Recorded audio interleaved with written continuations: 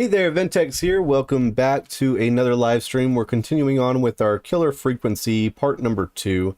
Last time we saved, I think we saved a little bit more people than ended up dying by the Whispering Man. We last left off, we think it's our janitor, Clive, because we found a secret room with some mannequins, and we were able to save Chad because he had some notes on him, and we figured he was going to be the next person.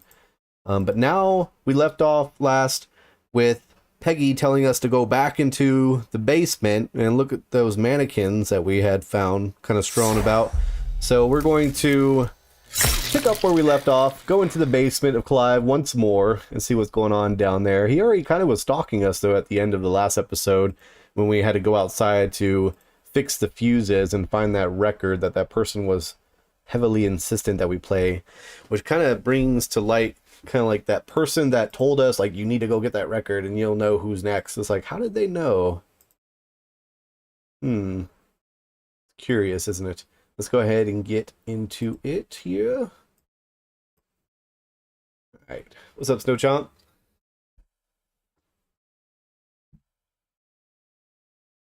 This game uses autosave, I understand. Second part, I get it. Here we go, let's continue where we left off.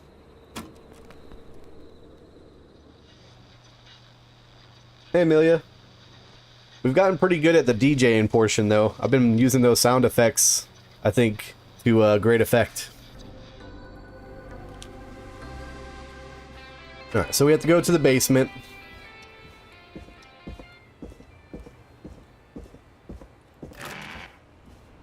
Let's go check out these mannequins.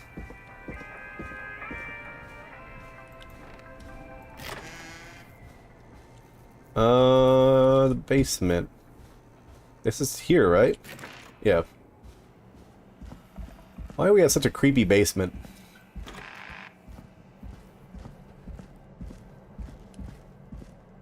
Alright, here's the janitor's closet.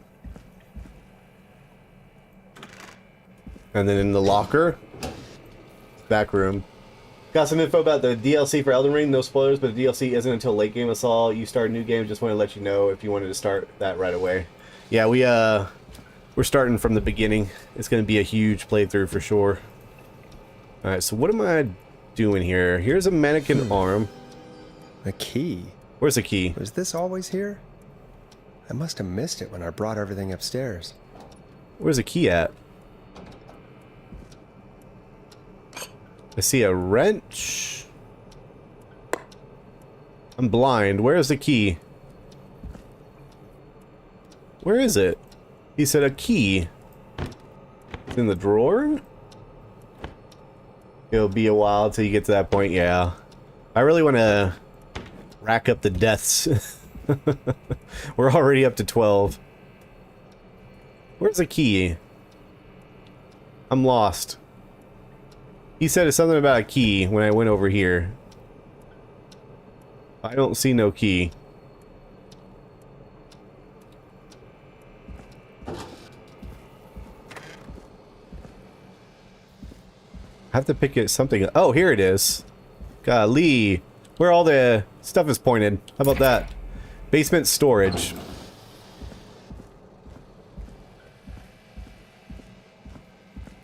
Okay, that goes back out there.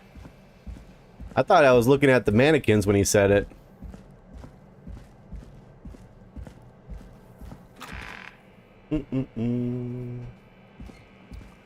Here we go.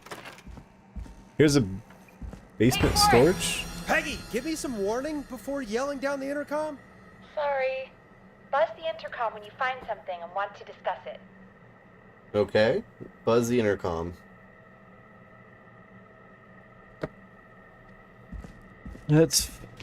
We got a picture here. Looks like there's a battery that goes on a shelf down below. That looks like the cleaning cabinet, maybe. It kind of looks like these right here, but... Huh. We got a tape. Peggy, I've found a tape and a map down here. A map of what? Looks like it might be to somewhere in this storage area. Weird. Well, maybe the tape will give give us more information. Give it a play. Is there any goodies in here? Nothing? No CDs?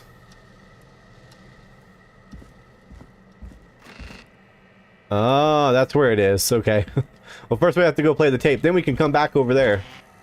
No?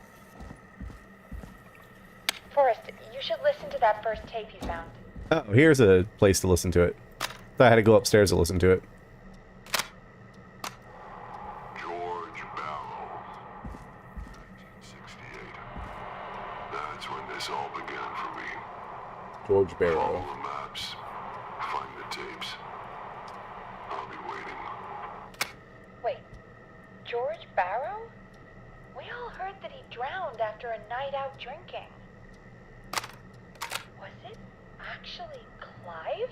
Has Clive really been the whistling man for that long? He says I need to follow the maps and find the tapes. I guess that's what this map is about. I think we need to see what else is hidden down here. Be careful, Forrest. Keep looking. Buzz the intercom when you found something. Okay, let's go. Here's that thing that we were looking at. Time of autopsy is 7 a.m. There's a little cabinet. From drowning. The degree of rigor mortis indicates that the subject has been deceased for 5 hours. That puts the time of death. Okay. Here it is. Small lacerations to arms, legs, and face, typically obtained by running through foliage. Severe blistering to the feet. This looks useful. As though the Sheriff deceased had been Matthews? running without stopping. Sheriff Matthews, prepared by... Clayton's name is Sandra Sharp. At 4 a.m., a call was received from a jogger, a Miss Sandra Sharp. That's who we saved earlier. She helped hotwire the car. Reporting that a body had been found washed up in the reservoir.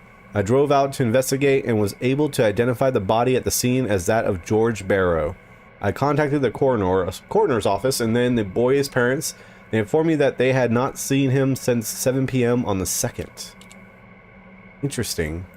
And then here's another location of an item, I guess. Down below. Another place in the storage area.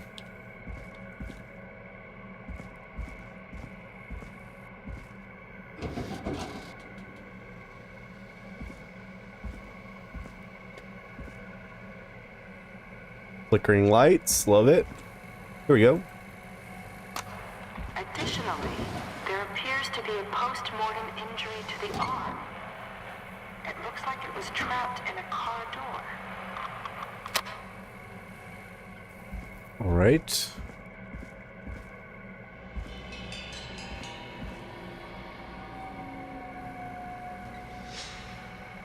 Can't interact with that.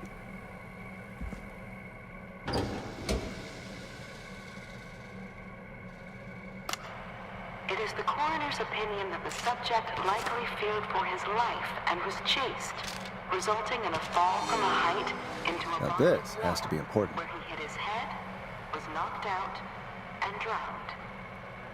Following that, he was moved. Dr. Sullivan, we need to have a talk.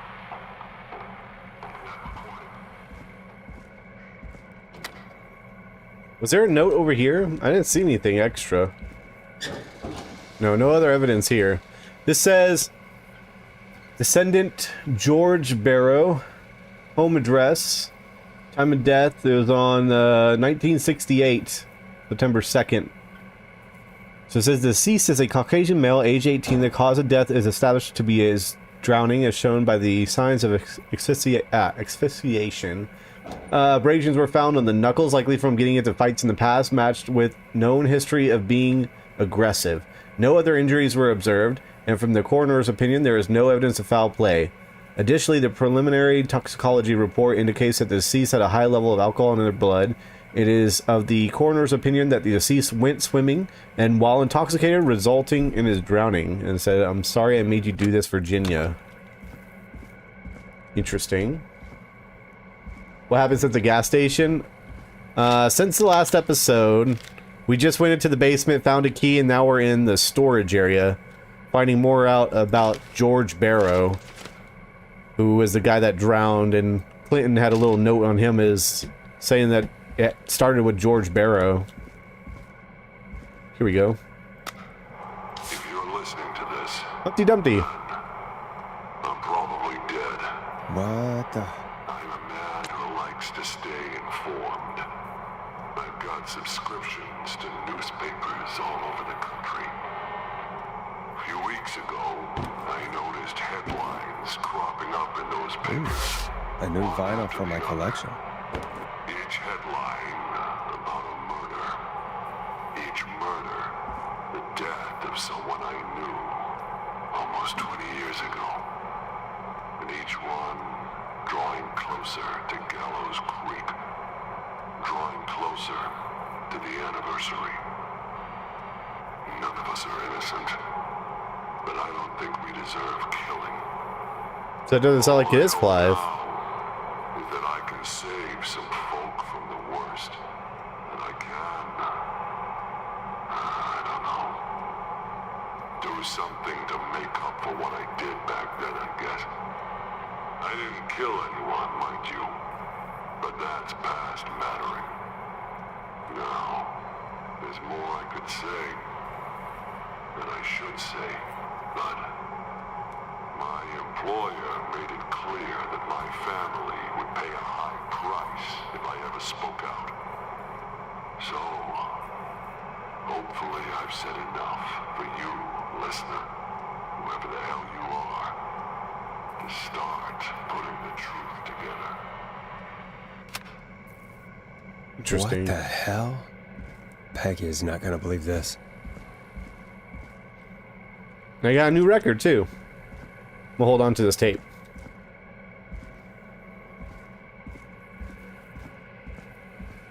Bet something spooky happens on my way back. It's a long way back. Did I play this? I think I did. Did I? Preliminary toxicology Oh, I didn't play results this. shows no signs of inebriation. However, a high amount of cortisol was found, Cortisol. indicating elevated Drugs. levels of stress in the immediate moments before death. I don't think I listened to that one. Is there anything else this way? Delivery note. Atkins. I opted for manual installation. Oh, what's this? Oh, no. Nothing. Nothing over here. Okay. What's that sound? Let's tell Peggy. What have you found, Forrest? It's an autopsy tape. Doesn't say for who, but I think it must be for George. Poor George. He was so young. Something's bugging me, Peggy. What do you mean? I swear I recognize the voice of the woman talking on the tape. I just can't place it. Seriously? Do you think you've met her before? I don't know. I mean, Maybe it was the lady that called just in got for the here record. recently. I don't know. Found another tape. It talks more about That's how how George she died. knows. What did it say? It sounds like he was running for his life. Maybe she's Virginia. Sprinting through trees and bushes, getting cut up all over. What would drive someone to do that? I'm not sure yet. There's also a tape about a toxicology report. There were no signs of drinking or that he was on anything. What? Just had cortisol. But everyone said he went swimming drunk and drowned. It was in the newspaper and everything. Stressed I found a out. written autopsy report. What does it say? According to that, it's just like you said at the start. George drowned after getting drunk. Said he liked to fight, too. But that contradicts the tape. I know. And I think I know why. There's a note with the report that says, "I'm sorry I made you do this, Virginia." If it was on the autopsy report, then Virginia must be our coroner. Wait, the caller from earlier, when we had to call the takeout restaurants, wasn't her name Virginia? We need to call her back once we finish down here. It looks like she might know something about what's going on. I found a tape that introduces a new detail to the story. Post-mortem injury. Apparently, his arm got caught in a car door. A car door? Yeah, after he died. How do you suppose they can tell? How can they tell? I'm a radio producer, not a coroner. The written report I found doesn't mention it at all. How did his arm get trapped in a car door after he died? Unless he got it when the police collected his body? I guess someone else must have moved him after he was dead to where he was eventually found. But the report, what is going on here? I found a police report. Mentions a friend from earlier, Sandra Sharp. Sandra. The jazz runner? That's right. She found George's body washed up at the reservoir. The reservoir? Yeah? What's strange about that? George got cuts from running through foliage, right? But there's no forest around there. Also, how did it wash up at the reservoir? What do you mean? Reservoirs don't have tides. But that's what the police report said. It's not possible, though. I did a school project on reservoirs and got an A. But, yeah, not important right now. The important thing is that it doesn't make sense. What are you suggesting then? That the body was originally found somewhere other than what the report suggests? That the sheriff tried to cover it up, but accidentally let something slip? Something like that. I think. Well, Sheriff Matthews wrote the report. If he hadn't been eviscerated, we could have asked him. True. But Sandra is still alive. Once we're done down here, we should give her a call. In another tape, the coroner comes to the same conclusion as I did. George was running from something. Maybe an animal? Maybe, but then there's this next bit, where the coroner thinks he was moved post-death. So she agrees with us. At the end of the tape, someone burst in and demanded Virginia stop recording. I think it was Clive. This is starting to make sense now. This is a conspiracy to cover up what happened to George.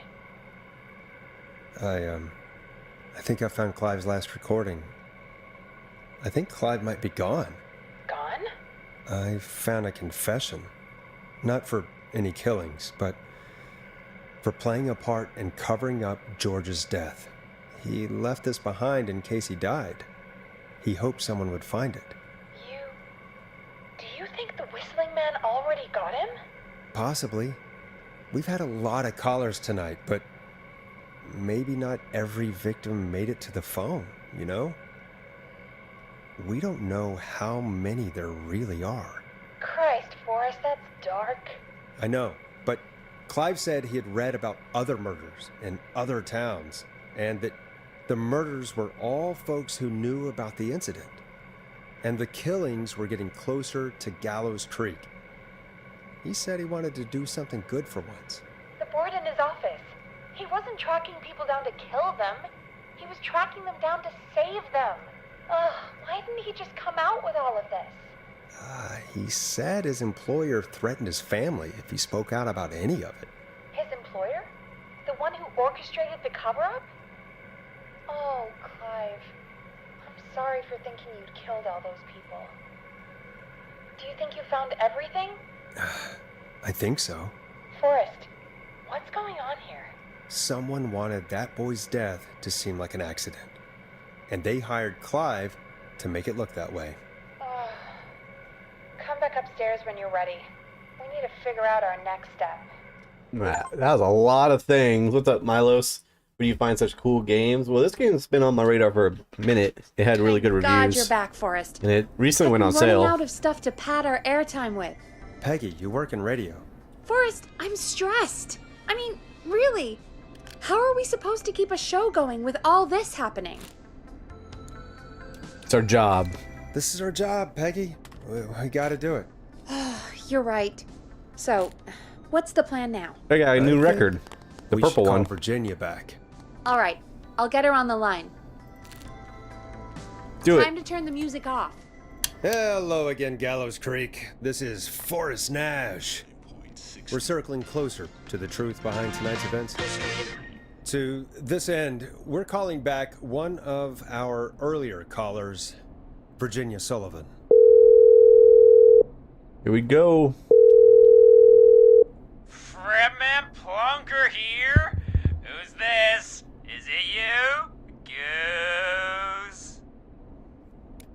No, it's Forrest. Flunker, hey, it's the Radio Man, Forrest Nash. Radio Man? What's up? Solving mysteries, saving lives. The huge. Right on. Flunker, what are you doing at Virginia's house? She asked if we could stay to keep an eye out for that whistling turd. So we're hanging out, bro. Well, that's big of you, Plunker. No, it's nothing. Can I speak to Virginia? Sure thing, Radio Man. I'll just go get her. Who is this? Hey, Virginia, it's Forrest. I'm glad you're still okay. Oh, Forrest. Sorry, I'm still jumpy. I'd be jumpy too. I can't blame you. I'd be jumpy too. I'm so sorry this happened to you, Virginia. I thought I was. I thought... Easy. We're not calling to talk about earlier. We're calling because we think you can help us understand why this is happening tonight. Me? What would I know? Clive. Does the name Clive mean anything to you? Clive? No. I don't know that name. What are you asking about this for? You mentioned that name earlier when you called us the first time. I don't know what I said then. I was petrified, Forrest. Clive's the janitor at our station, and we know you spoke to him in the past. Forrest, please. You don't know what you're doing. He'll come for me. Virginia, it's okay. Clive won't be coming after you. We think Clive's dead. Dead? But isn't he? He's the whistling man, Forrest. We thought so too. We have evidence. Let's do that. We found evidence to the contrary. But It's true. And we found your autopsy reports for George Barrow. how? I saw him destroy them. Well, he didn't. I don't know if he kept them or made copies or what, but we found them. And we know it's related to what's happening tonight, which is why we called you. Why did you write a false report? All right. One day, I came into work to find a boy on my slab. And as I finished the autopsy, this man, Clive, he just burst in. And he started making demands to give over the reports, to falsify what I found. Of course I said no.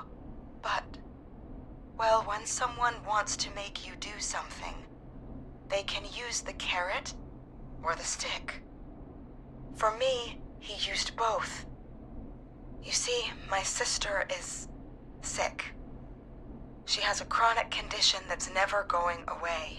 It's expensive to treat, and it was getting to where I couldn't afford it. And Clive promised me that his employer would pay for my sister's treatment if I did what he said, and that if I ever spoke about this, he'd beat me to within an inch of my life. I don't know why he had me do it, but my sister needed me. You have to understand, she needed me. We understand. Okay. Thank you, Virginia. That was brave. God, I just want this nightmare to end. This will help end it, Virginia. Thank you. Stay safe, Virginia.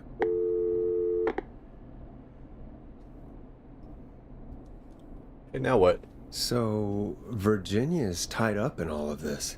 Clive threatened her to keep quiet about George's death. But for who? Why cover up these details? Whoever the employer was. Well, we know Sandra was involved in George's death.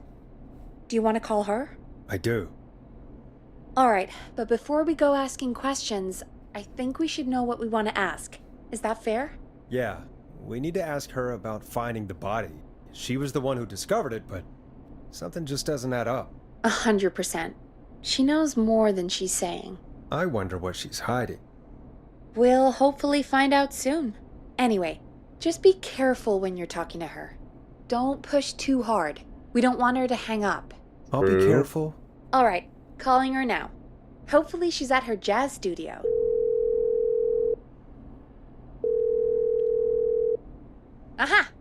Forrest, you're through.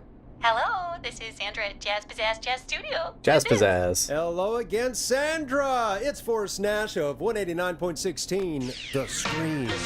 And you're live on air. Oh, I always thought folks called into a radio show, not the other way around. How jazzy. What can I do for you? Well, we're trying to understand what's behind the attacks tonight. We had a few questions. Why, Forrest, of course. Heck, after the way you saved my life, I'd say yes to just about anything you asked. Why were you targeted? Do you know why the Whistling Man might have targeted you? Ha! As far as I could tell, he was just a knife-wielding psycho with superhuman cardio. He'd have chased after anybody. Right. Well, we think he might be chasing specific people. People who know about the death of a boy named George. Oh, I don't know anything about that. Sorry. You found the body. Sandra, we know you found George's body. We have the police report. I don't know what you mean. It's okay. It's okay, Sandra. We know. You do? You know about? Yes. Of course. This studio is my life. After I found the body in the river, I couldn't lose my studio. Do you understand? Sure. Sure. I understand. When the rent just kept going up, he said he'd stop if I just needed to keep quiet. And everything would be okay. Of course. Of course. We understand. I mean, it's not like I killed him. What was the harm in saying I found I him thought it in was the the, reservoir instead mayor. of the river? Right? Right? I'm sorry. I can't do this. It's kind of a sleazeball. And she's gone. I don't think that could have gone any better. You truly did great, Forrest. Well, folks, if anyone out there has any thoughts on what's going on tonight, please call in. That's good timing. We've got a call waiting just this second. All right. Welcome to Here we go. 189.16 The Scream with me, your host, Forrest Nash. Hi, Forrest. I know this is a real Oh, no. out of the blue with everything happening Not tonight.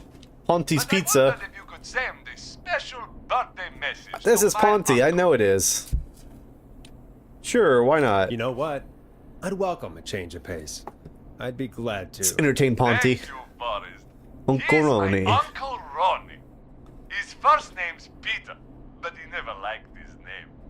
But since he always had salt and pepper hair, even as a kid, can you believe it?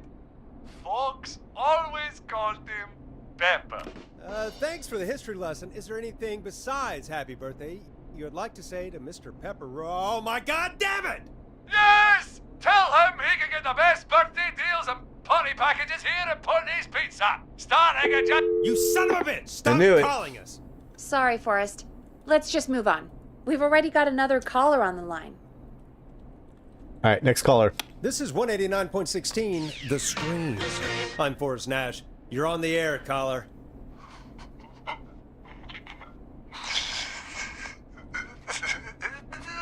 Caller.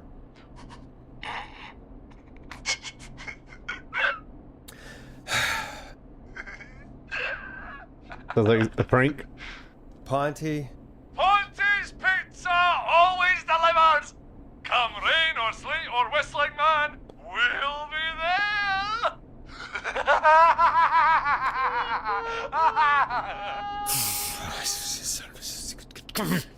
Forrest? Forrest? Are you okay? Oh, I'm about to become the whistling man. Forrest? I hope the Whistling Man gets in with his own pizza slicer. Jesus, Forrest? Sorry, that was too much. It's okay. It's been a high-stress night. Don't worry about him anymore, okay? Not for tonight, anyway. I think he's spent for now. We've got another call, whenever you're ready. Ready. Folks, don't spend your money at Ponty's Pizza. That's all I'm gonna say about that. Moving along, I'd like to welcome another caller to 189.16 The Scream with me, Forrest Nash. Who may I say is calling?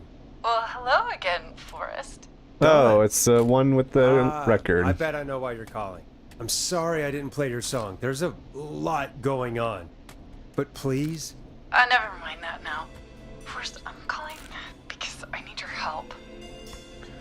Okay. Are you in danger? Are you in danger? I sure am. Do you mean Yes, he's after me now. you? I think so. He must have heard me on the radio helping you. All right. Right. Right. Okay. Tell us everything. I was out following a lead, trying to work out who would be next, after Chuck. And what happened? And I started to feel like I was being followed. I came back to my apartment building, but this newfangled security system has me locked out. I need you to help me get inside. Use a key? Don't you have a key to get in? Only for the apartment door. The front gate requires an entry code. Hmm. The future is electronic, I guess. I need that code to get inside. Which apartment block do you live in? Maybe one of our listeners lives there too. It's the new Woodside apartment building between the town hall and the trailer park. But I doubt any of your listeners live there. I don't have many neighbors. Town Sounds hall like and a the trailer fine park. piece of real estate. The sound really carries at night. Town hall, trailer park, Shit. Woodside Apartments. Okay. A neighbor's dog? Is that a neighbor's dog? Yes, it is. Boy, I wish he'd muzzle that thing and... Oh. And now he's blasting David Scopo out of his window. This night can't get any... The whistling man. He's coming down the street. I don't think he's seen me yet. Forrest, please. I need your help. I need the code for that security system, or I'm gonna die. Security system's name. What's the name of the security system?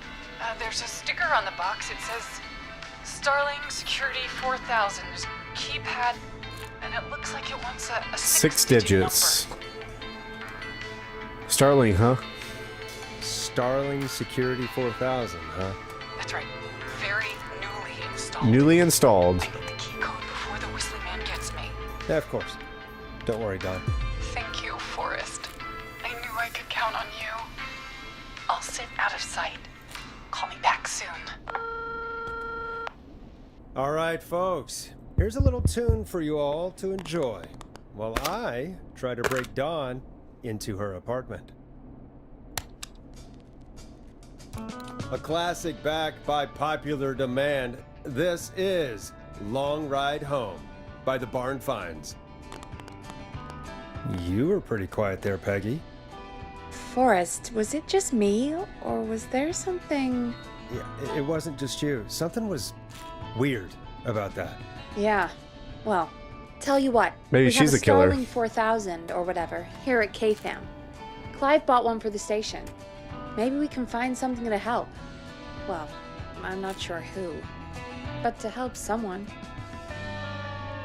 What if we're helping the killer?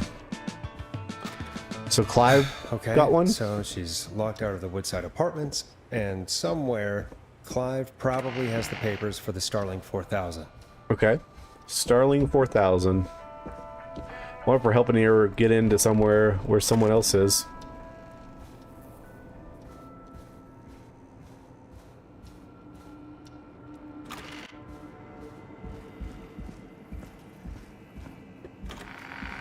Oh, it might be here. Starling 4000.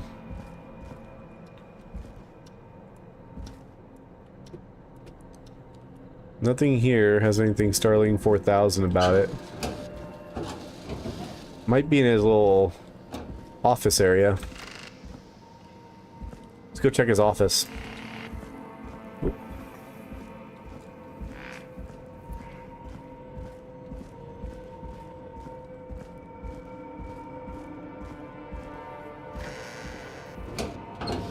Starling 4000.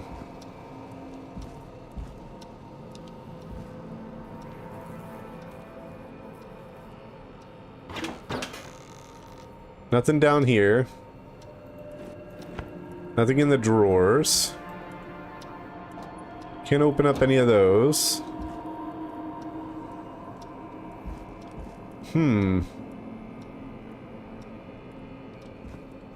Okay, I guess it's not in here.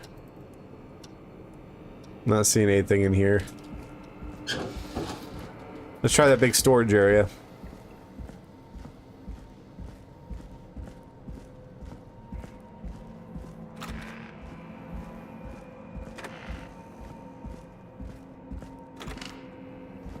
Okay, Starling 4000.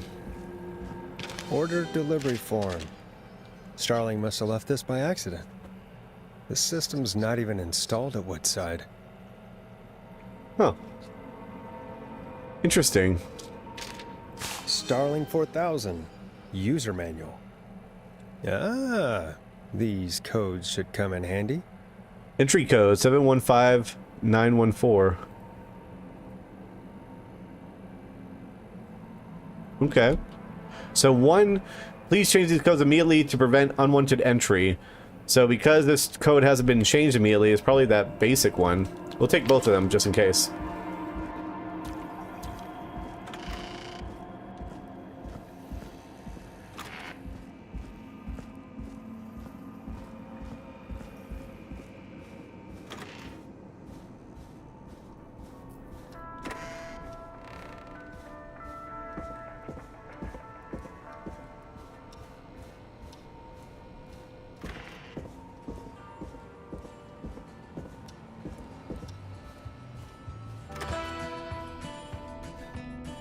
All right. Trying to put this down. There we go. Yeah, so if we observe this, there's one at the hospital, one at the gas and repair, one at Ricky Roller, one at the Woodside Apartments. That's where we're trying to go. It says unable to install, requires new parts. New installation date was the 17th of September. So 17th of September, it's only the 3rd of September. So it hasn't been ordered yet. That's weird. Welcome back, Forrest. Find anything? The Starling 4000 security manual.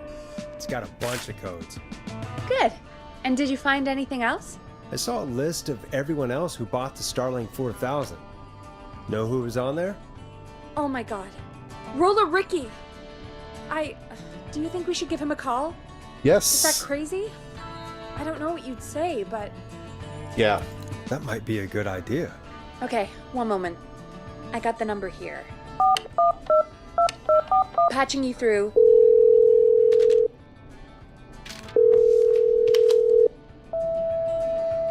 Shit. He probably can't hear it over the music. Forrest, I don't know about this. This is super weird. Just put me through to Don. I'll take care of this one way or another. Okay, if you say so. Right? 9-1, whenever you're ready.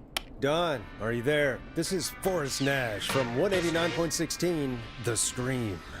Oh, thank God you're back. I've been so afraid. What's the code to the gate? Let me give the alarm test activation code. I feel like Dawn's playing me. But she did save Chad. I think Chad was never the person that she was after to begin with.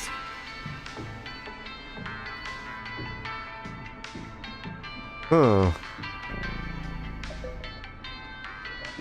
It's just so weird that they would. She says that it has it there, but it's not installed there until the 17th of September.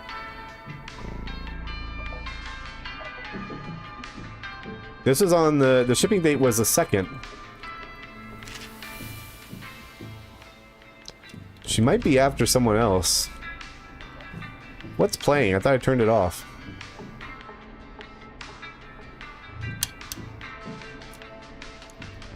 Let's see. I'm thinking about doing the alarm test activation code. I think she's playing games. And she knew... Oh, look. When she told me to go out there, I bet she was spying on me to make sure that I did so I could fall through the bay, and now she's using us in order to find people. I bet that's what it is. Now we're just her puppet. I'm gonna do the alarm test, I believe. This will set off all security measures. I think that'd be best. If she actually had the code, she would... I mean, if she actually lived there, I think she would know the code. I don't think she actually lives there. Let's do it. The code is 191519. Thank you, Forrest.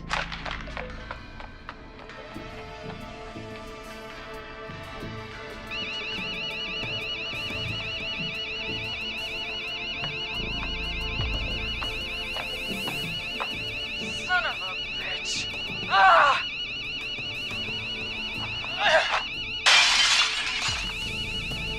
Is she? She's the Whistling Man.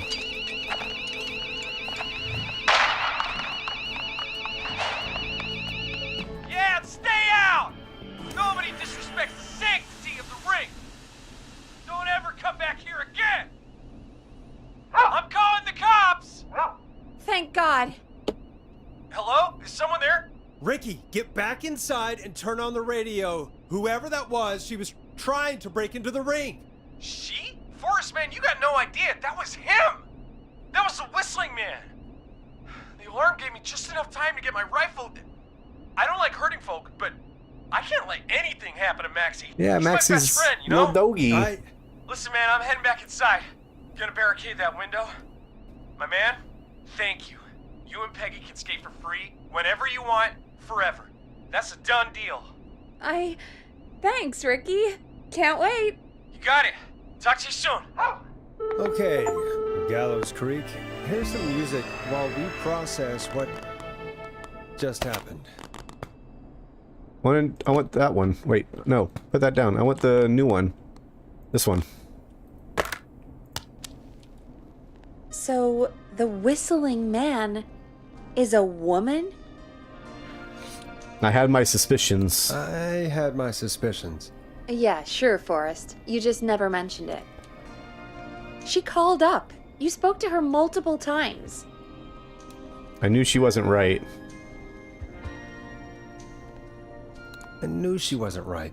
Is that right, Sherlock? Yes, I called it. Didn't Why do I? you He's think she alive. requested that song? So I'd go out there and get the record to get me outside. To get me outside? Maybe, but how?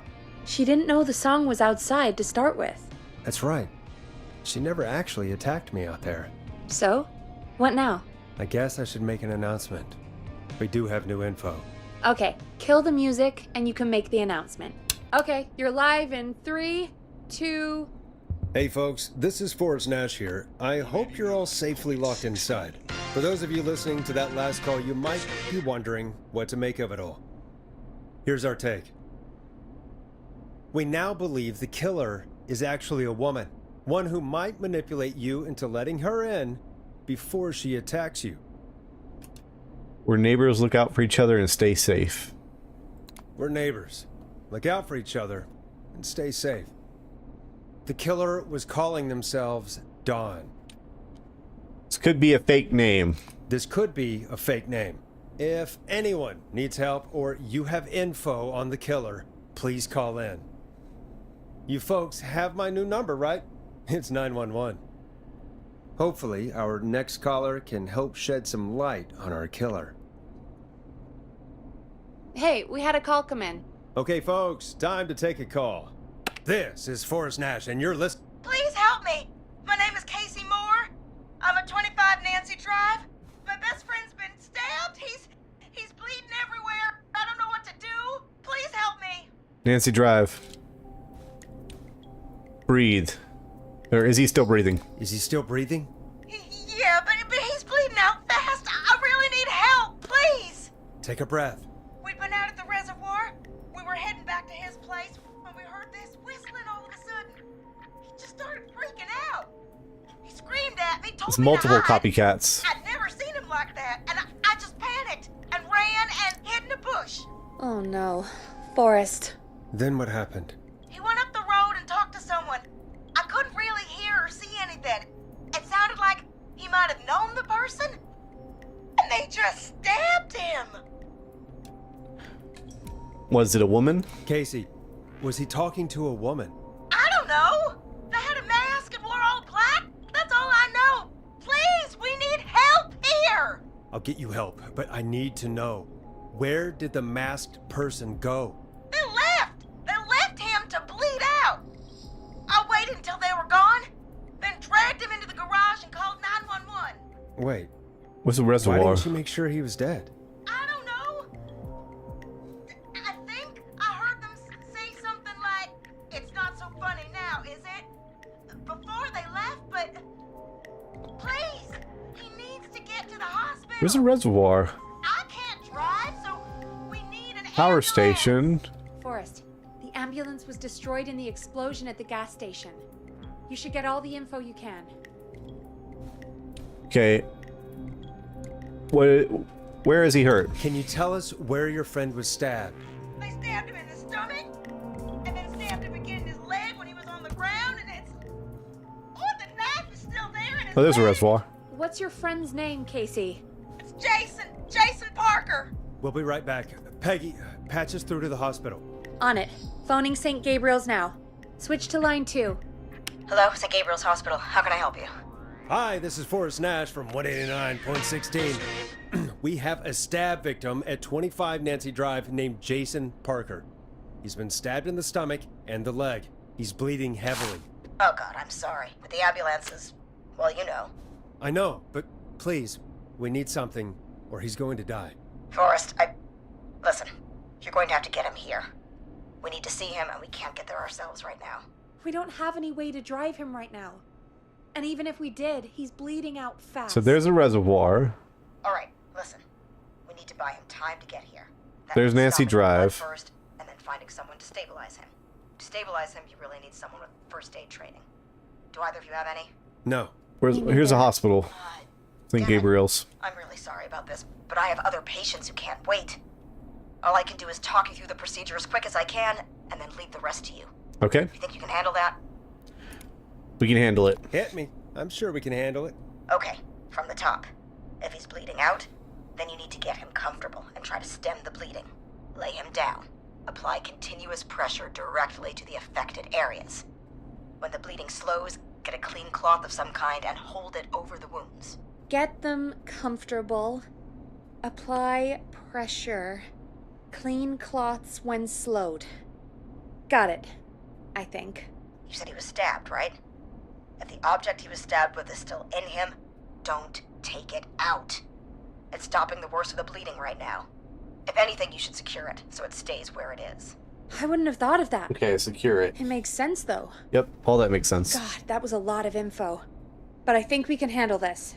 Glad you got it so far, because there's more to go. More. Alright, keep going. I'm still with you, Doc. What else do we need to know? If he's lost a lot of blood, he may enter shock.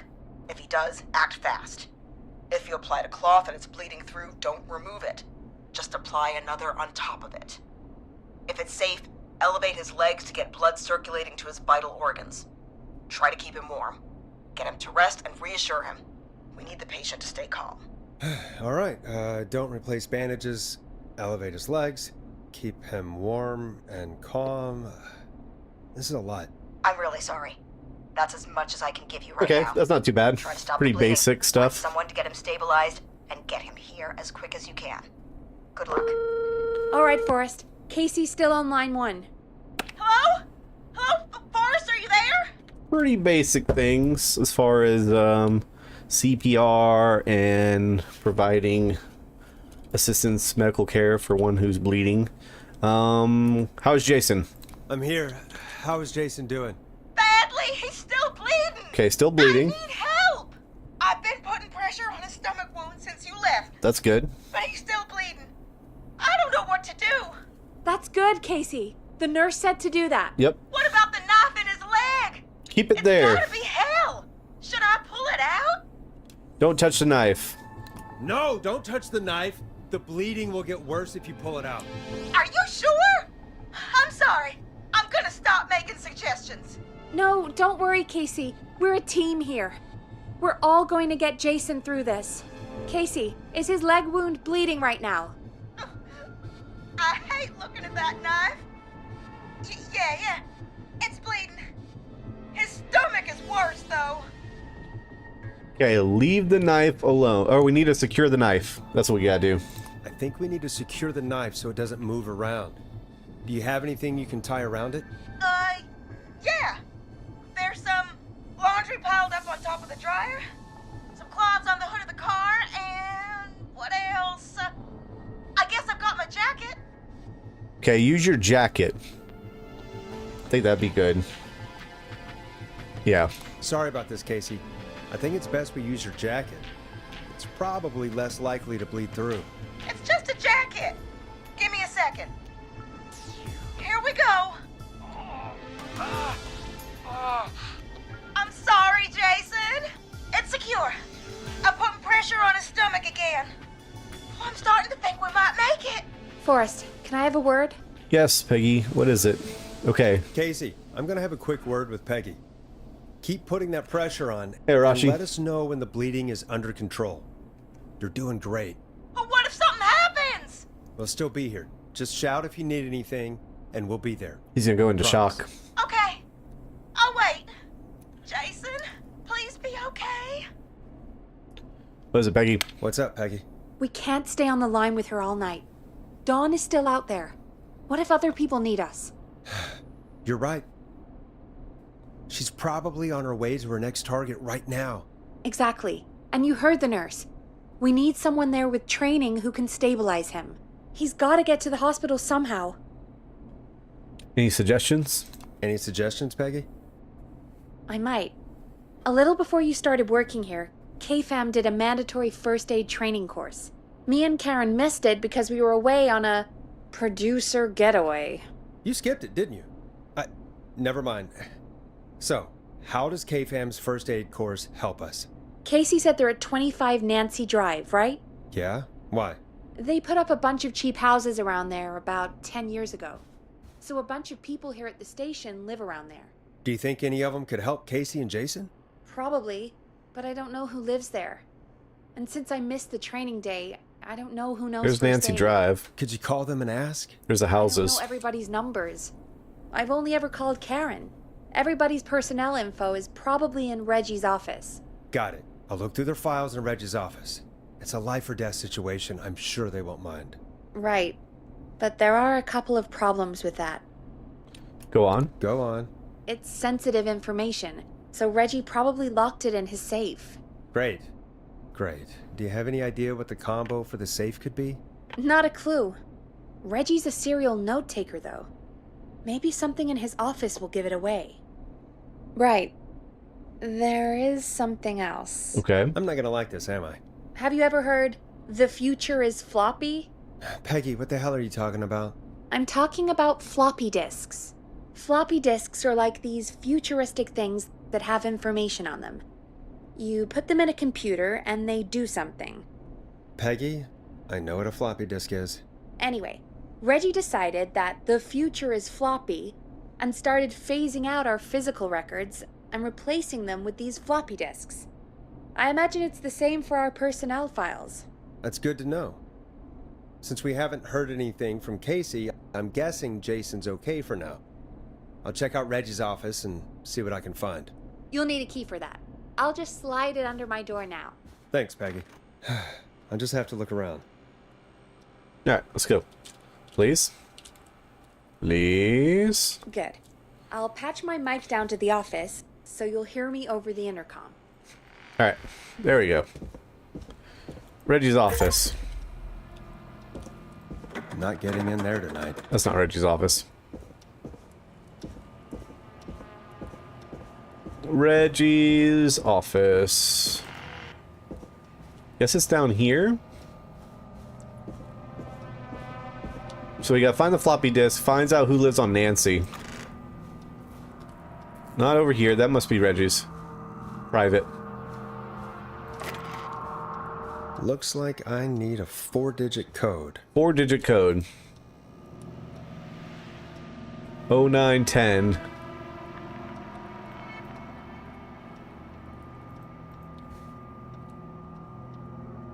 Let's see. First aid to the injured. Reginald Scott. Here's a note. Hint, very important date. So it's his birthday. When's his birthday? I said last year. 9/10. And then I guess... I don't know his birthday.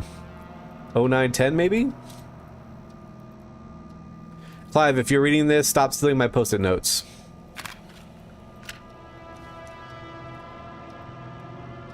Ask Jeannie where those tapes are. It's been a week. They're overdue. Nothing in the drawers. There's a floppy disk.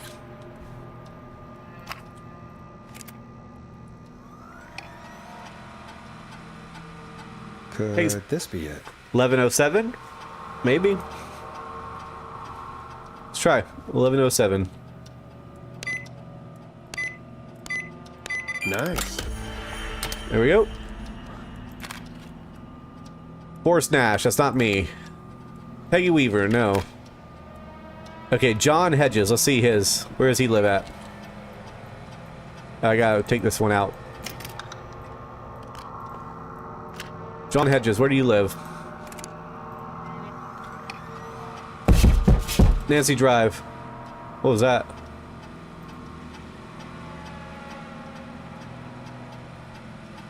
"14 Nancy Drive." Should I look at everybody? Karen? She lives on 22 Nancy Drive. It was 25 Nancy Drive. Was the place. Okay, Bradley Carpenter, or what's his name? Last name? Okay, Axdown Lane. Nope. But Karen wasn't there. She had skipped out. So I guess it'd be, what's his name? John. John would be the closest one, right? John didn't do the course? I thought she said Karen skipped out on it. Did he also skip out on it?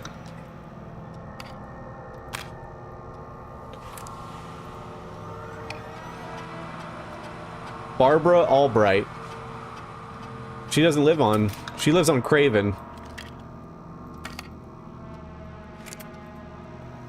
Bradley lives on Axdown. It has to be John, right? Because Karen skipped out on the training with Peggy. She lives on 22, but she skipped out.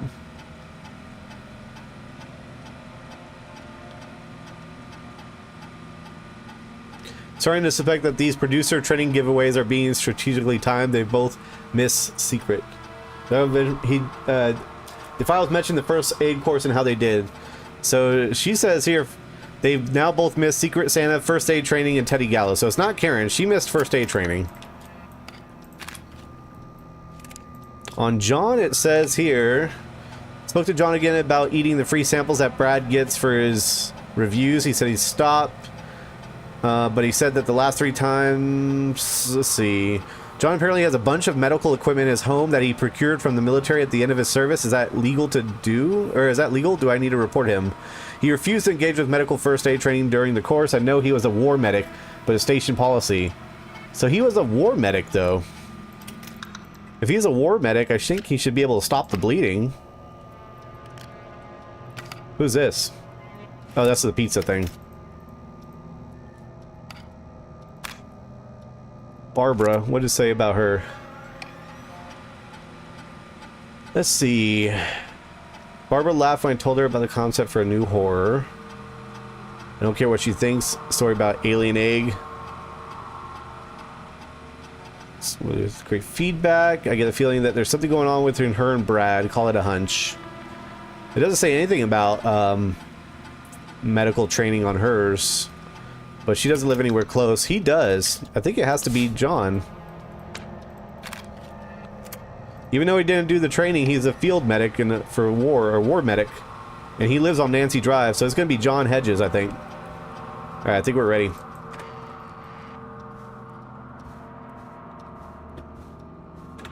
That goes down. If I was bleeding out, I'd like a war medic to patch me up. Stabilize me.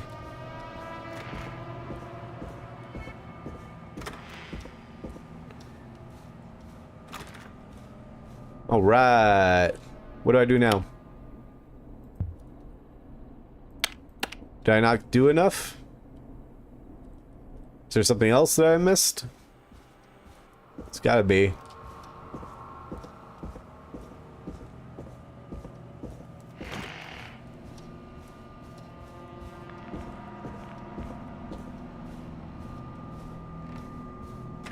Okay, what else is there?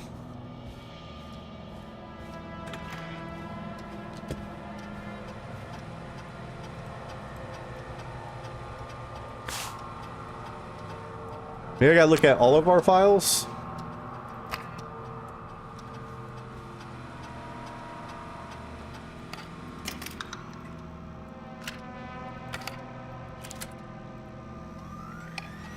Hey, Peggy.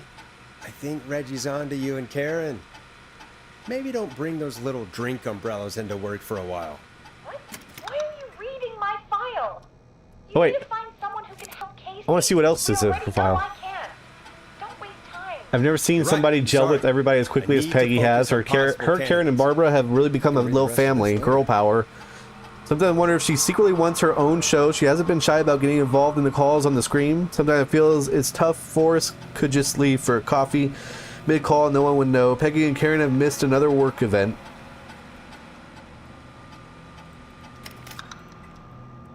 Let me see my file. I'm curious now.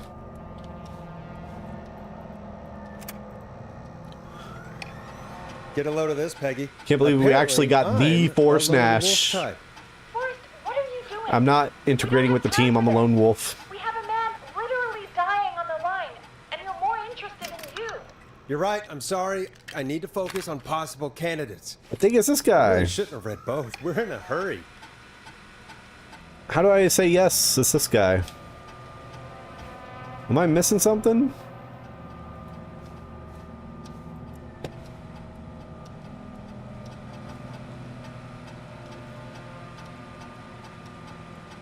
This is mine. I'm gonna put this back. This white one is Peggy's, right? No, that's Karen. She doesn't matter. She wasn't there. That's Peggy. She doesn't matter. This is John. This is the one I think that could do it.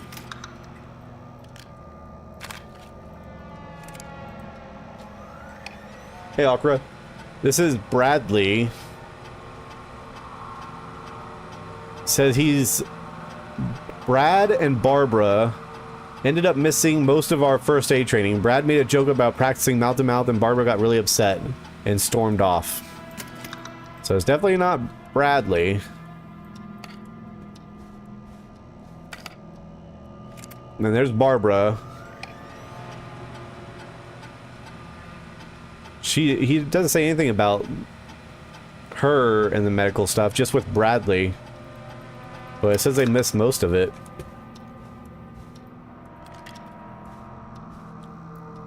What is this?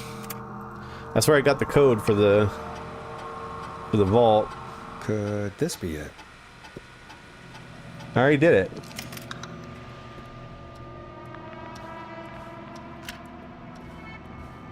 Alright. It's Bradley. It has to be. Or not Bradley, it's John.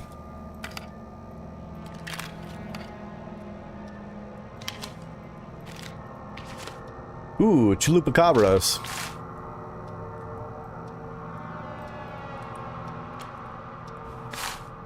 Oh, here's a note.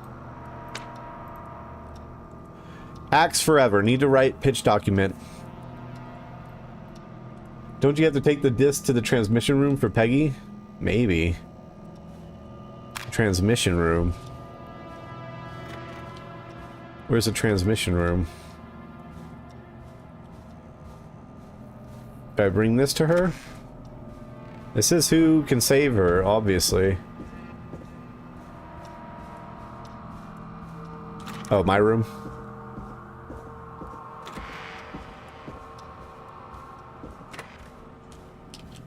Where do I put it?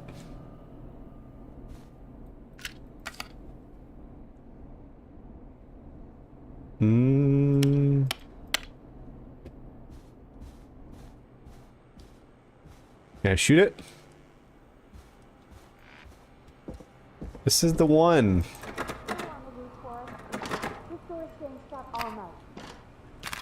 Take it.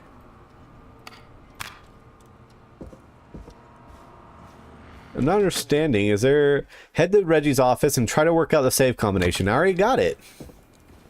I already opened the safe. She needs a phone number?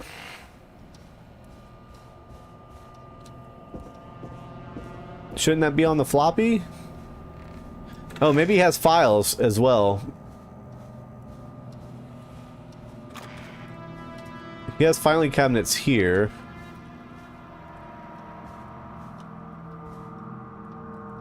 No. No files. Oh, here. Hey, Peggy, you there? Yeah, I'm here. Did you find what we need?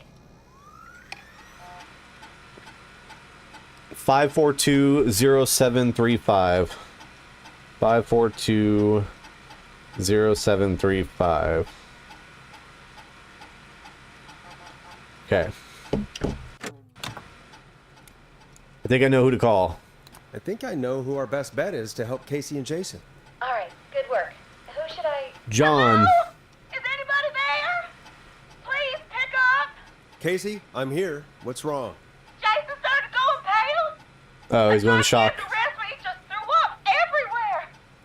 What's happening? What do I do? He's going into shock. God, it sounds like he's going into shock. Casey, just stay calm. It's going to be okay. But the bleeding seemed to slow down. Did I mess up? Jason, I'm sorry. Casey, calm down. You've done everything right. I need you to listen to me, okay? For Jason. What did the nurse say to do about shock? Elevate Jason's legs. Casey, I need you to elevate Jason's legs. We need to get the blood flowing to his vital organs. Got it. Jason, stay with me. I'm just gonna move you. This might hurt. Okay. I propped his legs up on some boxes. I'm looking at my notes. We need to get Jason as warm and comfortable as possible. Do you have anything you could use nearby, Casey? Yeah. I still have some laundry next to me. I'll wrap him in some blankets. Just give me a second. Sorry. Jason's bleeding through his bandages. Should I get him new ones? Or... Oh, God. Don't remove the bandage. Apply an additional. Don't remove the bandage. Apply another one on top of it. Do you still have something you can use? I'm using the laundry to keep him warm. So... I'll use the cleaning rags on the car. Okay. They don't look dirty. Good. I'll fix his bandage and get him warm. Hold on, please. That'll work. Sorry.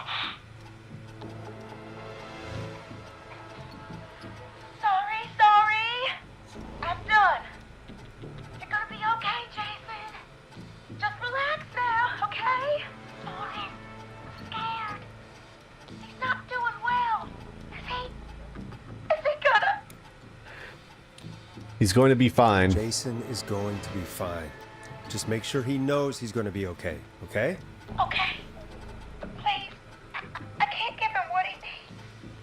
Please, help. I can't lose him. All right, Forrest. We need to hurry. Jason doesn't sound John like he's doing too Hedges. well. You said you knew who to call earlier? Who was it? John Hedges.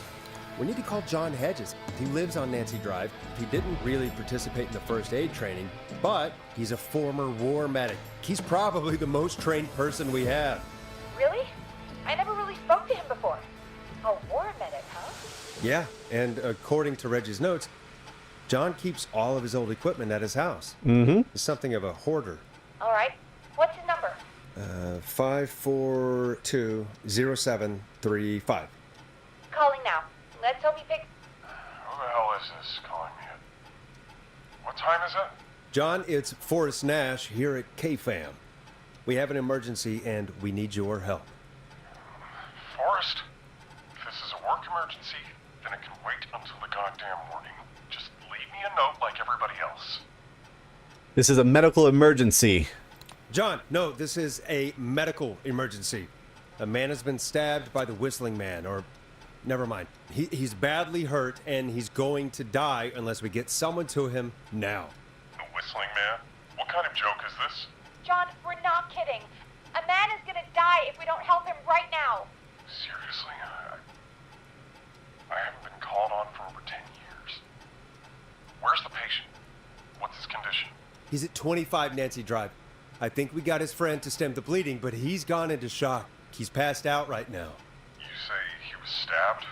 Do you know the extent of his injuries? From what we were told, he has 2 major stab wounds. One to the stomach and one to the leg. The knife is still in his leg, and the stomach wound is open. Understood. Let me grab a few supplies and I'll head right over. Damned if he dies on my watch. Thank you, John. We'll let him know you're on your way. Good luck. Hello, Casey. Are you there? How are we doing? Bad. Jason seemed really weak. Uh-oh. And then just started thrashing. How is he now? What about now? Is he still thrashing? He's passed out. Please tell me you found someone to help. Casey, help is on the way. My colleague will be there soon. You hear that, Jason? Someone is coming. You're gonna be just fine. Just hold on for me, okay? Just hold on. Come on. Hello, Casey. This is John Hedges. I'm here about Jason. Please let me in. I'm guessing that's Jason there. Casey, I'm gonna need your help. Forrest, Peggy, don't you two worry. We've got this from here. Okay. Forrest, we'll call you back later. I have to go now. Good luck, everyone. God, I hope he's gonna be all right. And with that, the show moves on. We're sending our best wishes to Jason. All right. What's up, Shorts? Well, after all that excitement, I think we could use some music. Come back upstairs when you're ready. I'm ready. Let's get some music going.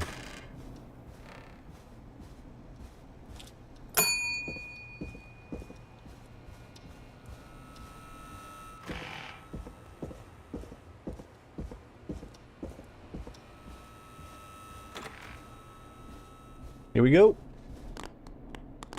Let's go with the hang-ups. No, not that one. The hang-ups. You'll like this next song. It's getting pretty late. This might be your last break for the night, so try to enjoy it.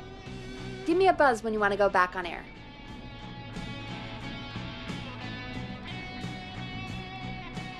All right. Let's roll. Let's roll. Got it. We've got another call coming through, too. Here we go. Okay, Forrest, shut the music off. Welcome back to 189.16, The Scream. I believe we have another caller on the line. How are you tonight, caller? Forrest, it's me, Roller Ricky. Oh, and Maxie's here too. All right. Good to hear from you. Good to hear from you again. How are you both doing? Oh, we're good, man, thanks to you. You're like our guardian angel. That wouldn't be a bad look for you, Forrest. A little White Wing Halo number? Maybe something for the K-Fam Halloween party. All right, everyone, let's calm down. Ricky, I'm just glad we could help you and Maxie. Is there anything else we can help you with, Ricky? Actually, I think I have some info that might help you. There we go. Really? Oh? What's that? You see, man, me and Jason know each other. You know each other? Yeah, we went to Gallows High and played on the football team together. He was a gnarly offensive lineman, and I was our star wide receiver. Runner Ricky, they called me. All right, and what does that have to do with tonight? Well, because George, the guy who drowned, he was on our team too. Tell me about him. Tell me about him. What was George like? I didn't know him for long, man. Sad to say. We had our first team party on the night he drowned. He seemed like such a good dude. Ricky, were you there when George drowned? No, man. Once the party turned, I beat feet out of there. Man, I remember George and his girl there. There was a whole lot of love, man. I could see it, you know? Oh, Dawn is his girl, maybe. Dawn? Or tell me about her. Ricky, listen, this is very important. I need to know everything Because Dawn about might be her. a fake name. I didn't really know her before, or see her after that. She's trying to I avenge. never even got her name, man. I just remember he called her Bean. Then what did she look like? Please, tell us anything you remember. I just remember a pretty girl, man. I'm sorry. Ricky, you said the party didn't last long. What happened? We were just having a good time, and then the next thing I knew, everyone was running for their life. I looked up and saw a goddamn whistling man in the trees. And I never ran so fast in my life. I ran straight home. Didn't know about George until next morning at school. I'm guessing it was whistling night, wasn't it? That the whistling man was just another kid. Yeah. Yeah. I don't know how George died, but There's a I always prank felt gone wrong. like if anyone deserved to die that night, it should have been me. And It wasn't your fault. Ricky, it wasn't your fault. You're not a bad person. I know that now, man.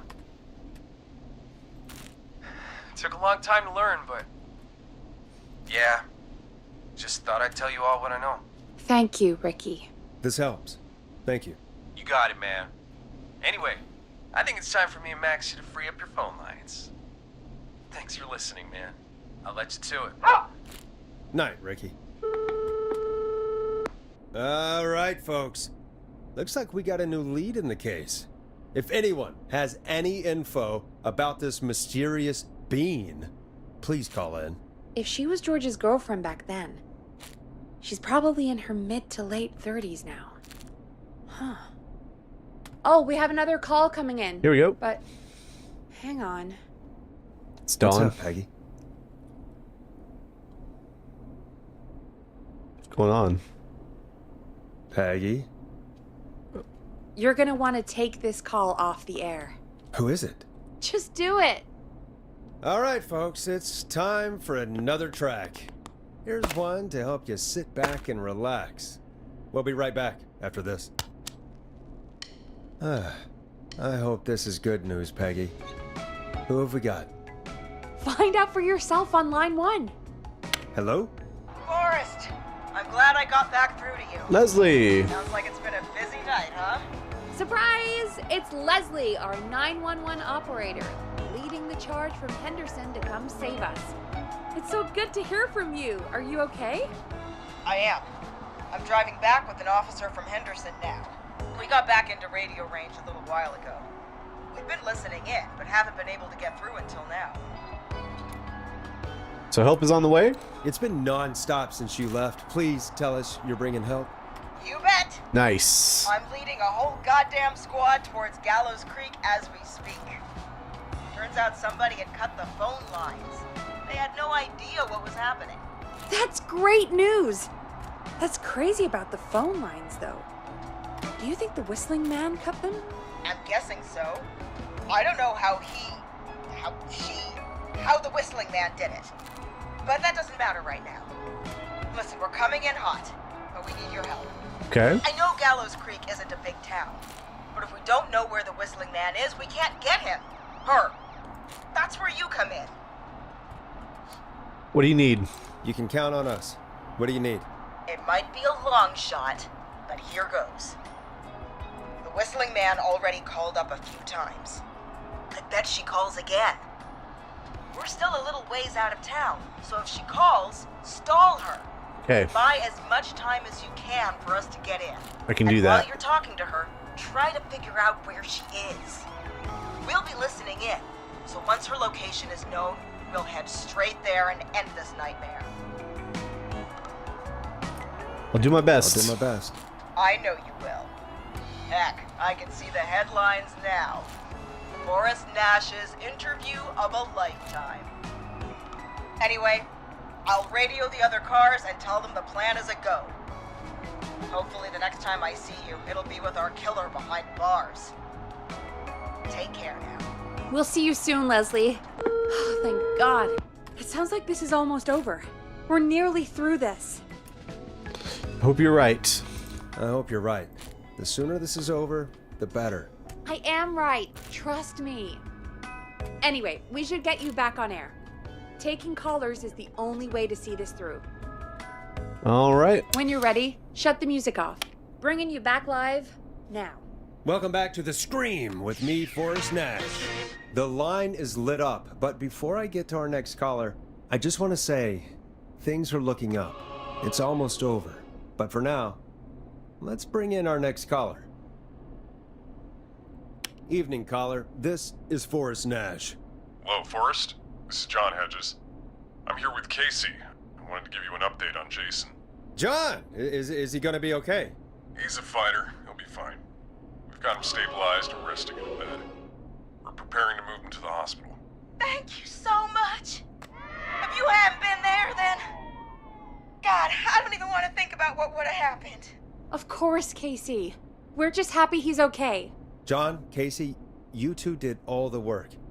Tell Jason to get well soon from us, whenever he's up for it. Well, why don't you tell him yourself? Is this Forrest? Jason! Jason! We meet at last. It's good to hear you, Jason. How are you? Oh, well, you know. I've got a hole in my stomach, and there's a knife in my leg, but John gave me something to take the edge off. So, I might feel even better than either of you. Oh. Take it easy until you get to St. Gabriel's. I will. But, before that, I needed to call you. Oh, he knows. Guessing the Whistling Man is still out there? Why do you ask? Or, yep. Yep. As far as we know, anyway. I was worried you'd You know, say I can that. guess why he asks. God damn it. Actually, I'm glad you called. I wanted to talk to you about what happened earlier. Go for it. We spoke to Roller Ricky not long after you were attacked. You spoke to Ricky? Is he alright? He is now. I mean, he was attacked earlier, but this call came after. Hey, guys, I'm really sorry, but there's a call on the other line. I just need to make sure we don't have another situation brewing. You fill Jason in on what happened. I'll be right back. Sure, Peggy. Sorry, Jason, where was I? Yep. Ricky's fine. You don't need to worry about him. That's a relief. He told us about George. Sounds like everything's finally coming out now. It's been tough to hold it all in. Sounds like you've been holding back about something awful, Jason.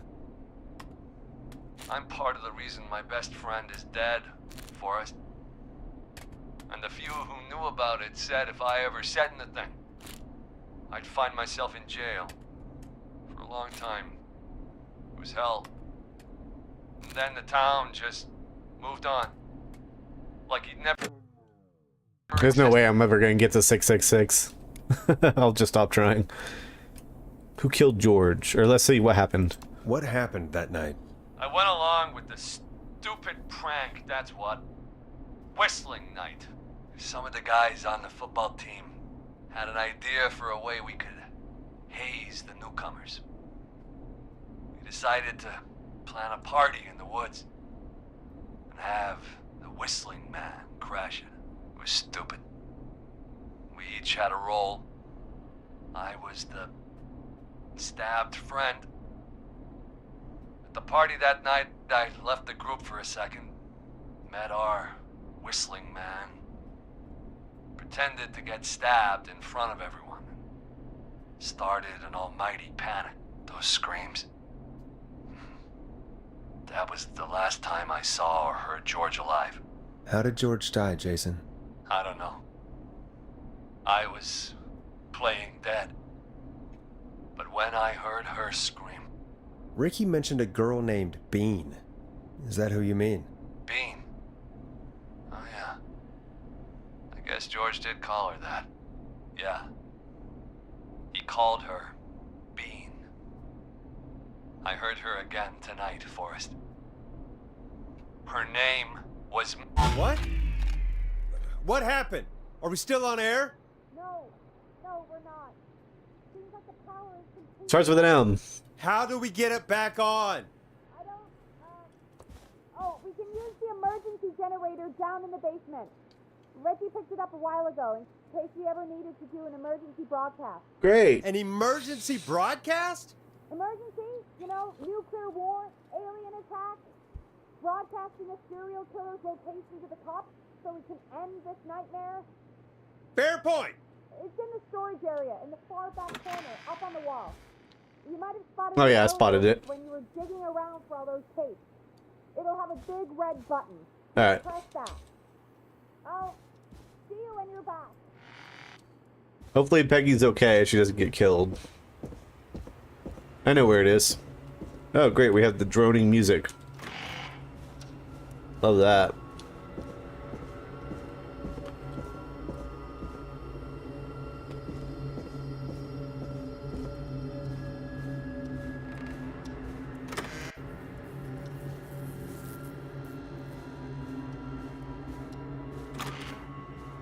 Down into the basement.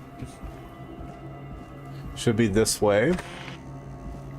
And then it's gonna be through here. Far back corner. Why is this station so big? Yeah, I saw it earlier. It's back here, I think. There it is. That must be it. Boom! We've got power. We've got power. No! I need to warn Peggy. Peggy!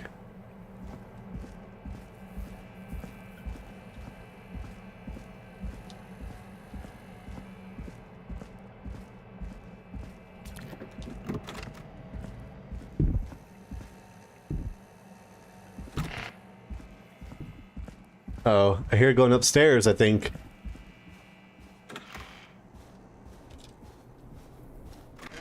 What the hell?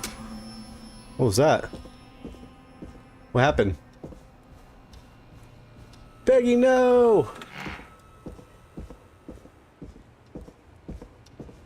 No! Oh no. Peggy! Where'd you go? Oh! What You locked me in! No way. This can't be happening. How'd you lock me in here? Can't I... There's no lock on the inside? How's there only a lock on the outside? Doesn't make sense.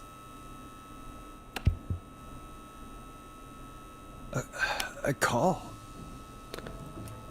What do you want? What do you want? Good to talk to you again, Forrest. You know, I've really enjoyed our chats tonight. I guess we've had some moments. My favorite was when Ricky ran you out of the rink. Ha! You sure did get me then, Forrest. Where's Peggy? Have some patience, Forrest. It's almost the end of the night. Almost the end of the show. But it's not over just yet. Got a little time still. So let's make the most of it. What do you mean? What do you mean? Make the most I of got it by how? time. Well... I thought we'd end tonight's Whistling Man special with a special guest. The one who started it all. Let me take that out of your mouth and... You crazy bitch! Let me go! Welcome to the air, Mr. Teddy Gallows Jr. Wait. It's all gonna come out tonight, Teddy. Your daddy and his money saved you 20 years ago. But even if he crawled out of his coffin with all the money in the world... I guess Peggy's Wait, right there. Where the hell is Teddy? How are you talking to him if you're here with me? Because I'm not there with you, Forrest. I'm here with Teddy. Peggy and He says Dawn. where that is. Well, he knows he'll get it. Then who is here? Wait, then... Who am I looking at? Forrest Nash, let me introduce you and all of Gallows Creek to my boy, Henry Barrow. Oh, her son. Your son? Your son? You mean you... Wait, that he... Yes, Forrest. He and I had a son. So there were two Whistling Men tonight. Of course there was two. Of course. That's how they could get around That so explains quickly. how you were always able to get around town so quickly. Hang on. Did you say Barrel? Then are you? Let me just get this mask off. damn uncomfortable thing. No wonder Mooney went crazy wearing this. There we go. Marie? Marie Campbell? George's old girl. Oh, well, it sure has been years since I last saw her. Oh, God damn it. Where's this going? Where are you going with all of this? Everyone's gonna know now what Teddy did. He killed George that night. This night.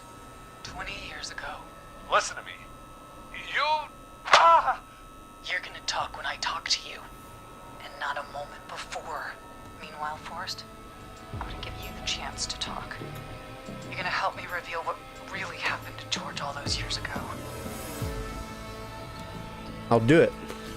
Okay, Marie. I'll do it. Good. Then let's talk about the night George was murdered. Murdered? Listen,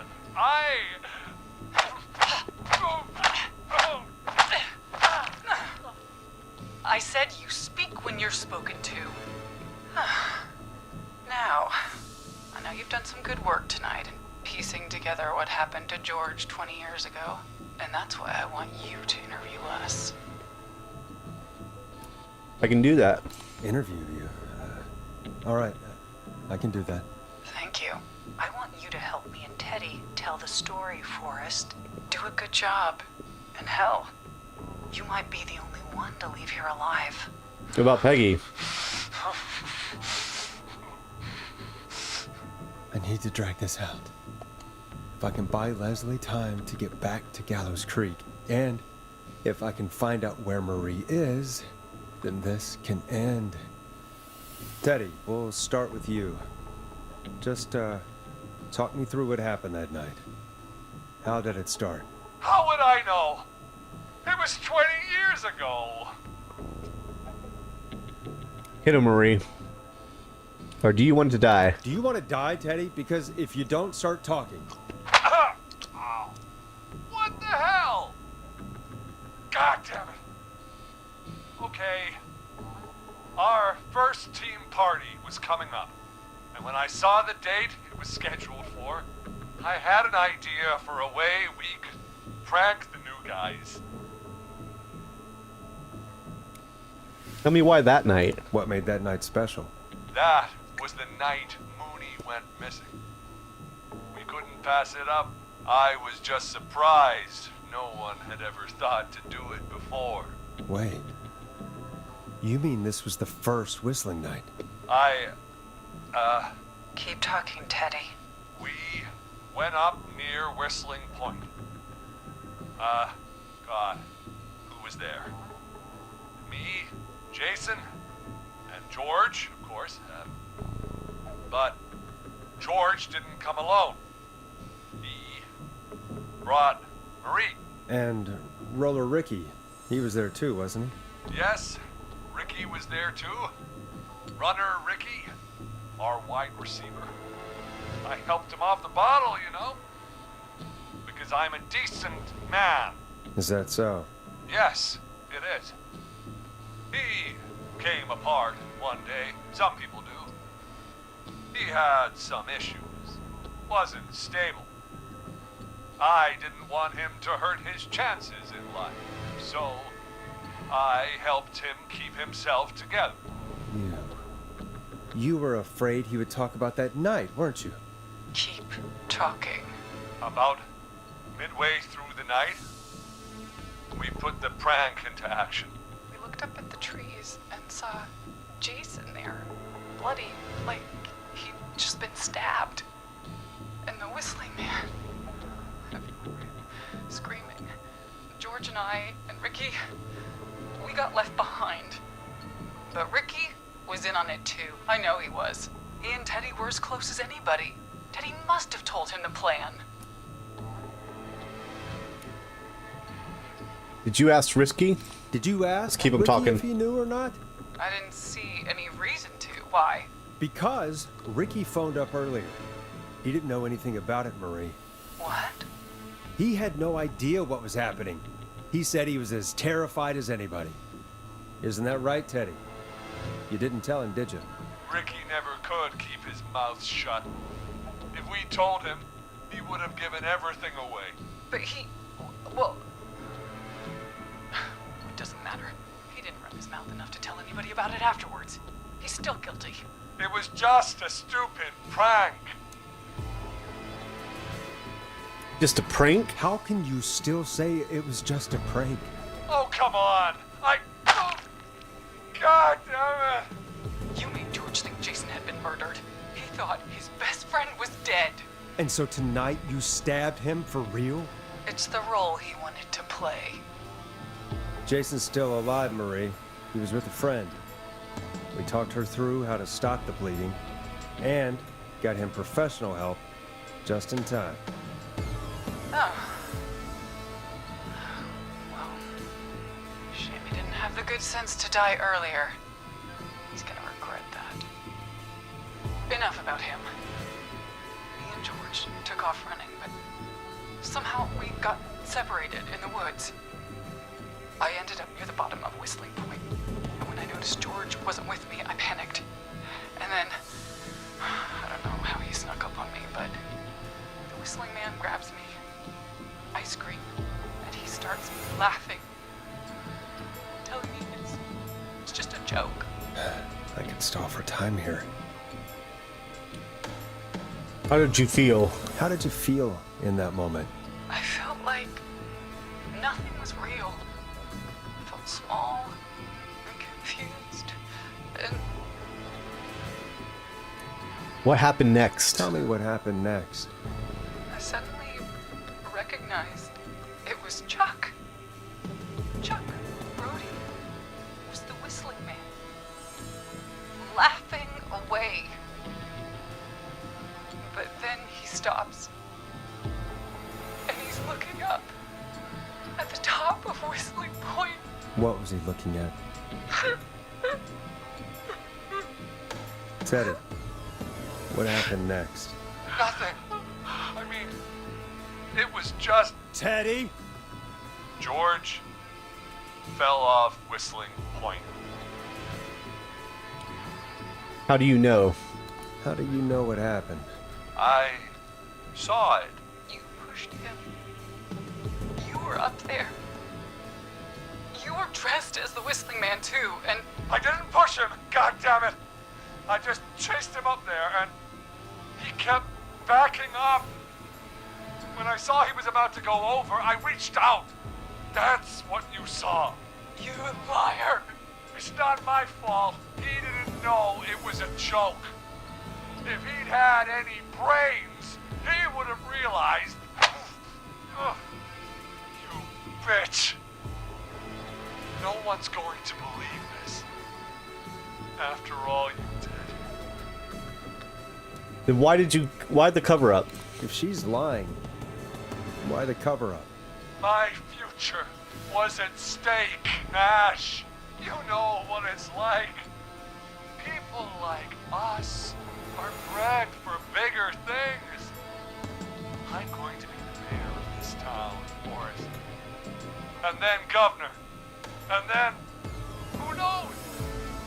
What happened that night was tragic. It should never have happened. But it was a mistake. It was just a stupid joke gone wrong. So my father sent Clive out to clean it up. Why should a blip ruin my future? George was a blip? He wasn't a blip. He wasn't a blip, Marie. His father covered it up from there. I searched for George's body all night, but Sandra found him the next morning while out jazz running. she found him in the river, but she lied about that to protect Teddy.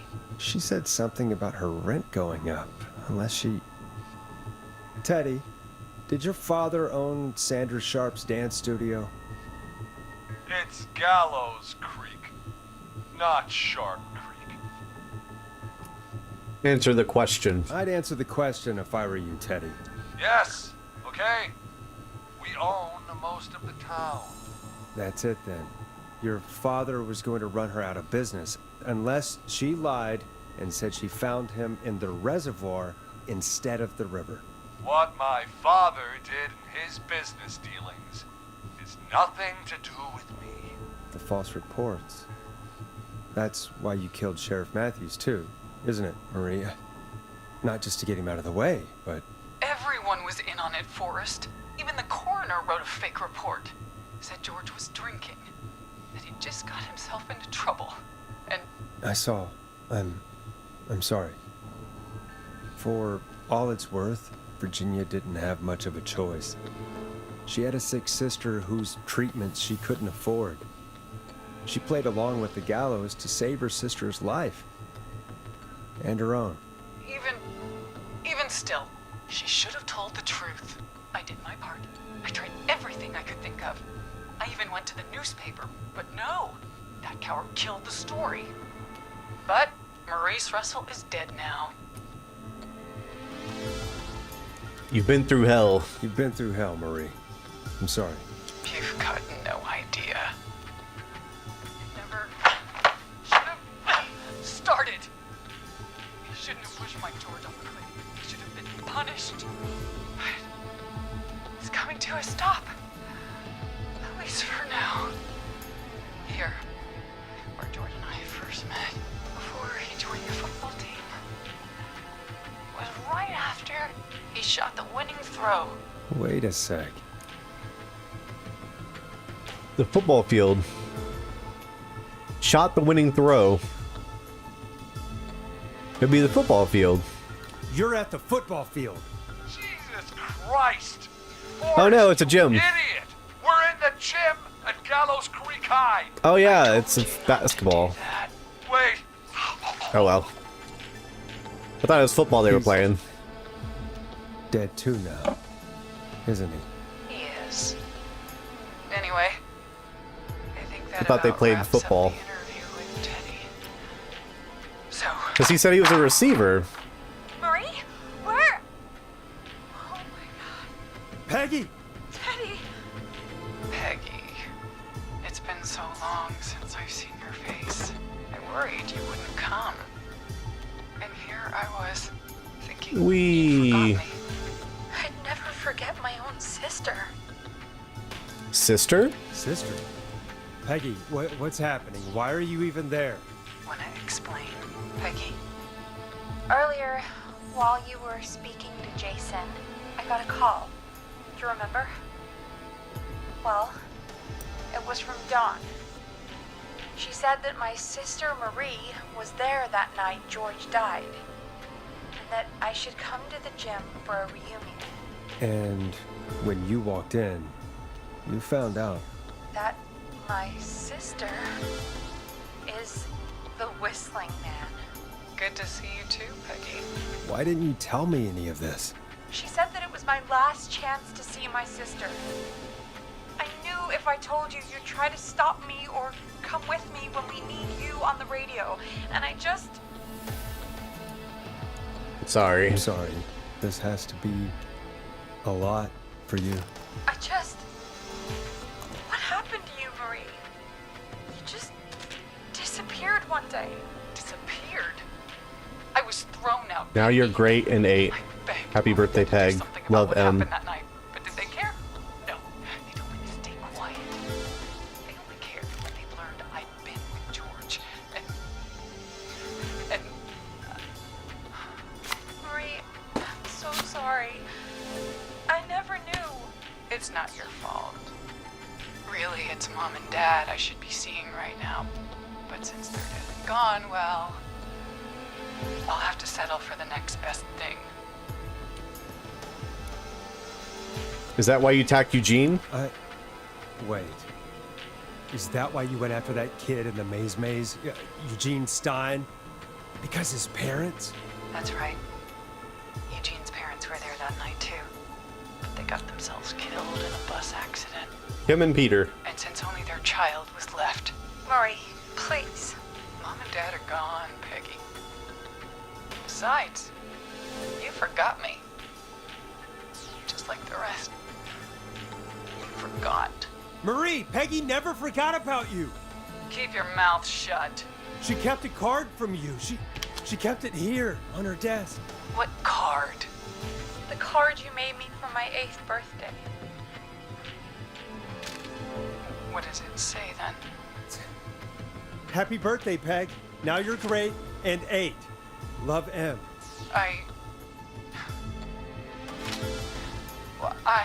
Henderson police! Freeze! No! Henry! Get out of there! Peggy!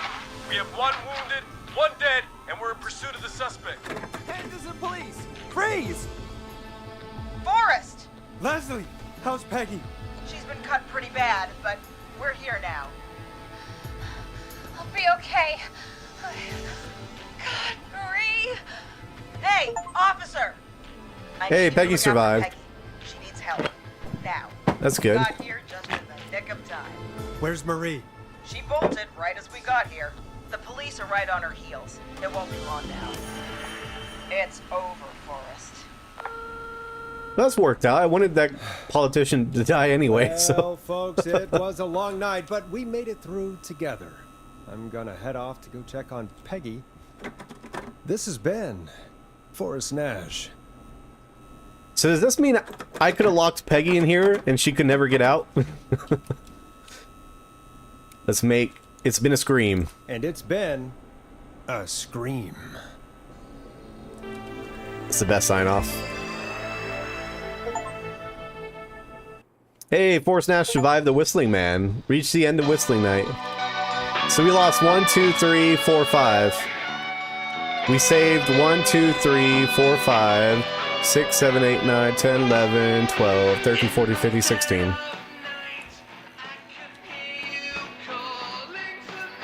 Alright, we saved a lot. Open the door, skip the epilogue and the credits. Great. That was a fun game. Alright, we ended up saving a heck of a lot more people than we ended up killing. And I'm glad I went through that blind. I didn't see any other playthroughs, so all those choices that we made were a lot more meaningful because I didn't know what was going on, but we were able to deduce a lot and figure out a lot of things. But I hope you guys enjoyed the playthrough. If you did and you haven't already, go ahead and hit that like button. Consider subscribing to the channel. Check out the Twitter and Discord down in the description, and I will see you guys next time.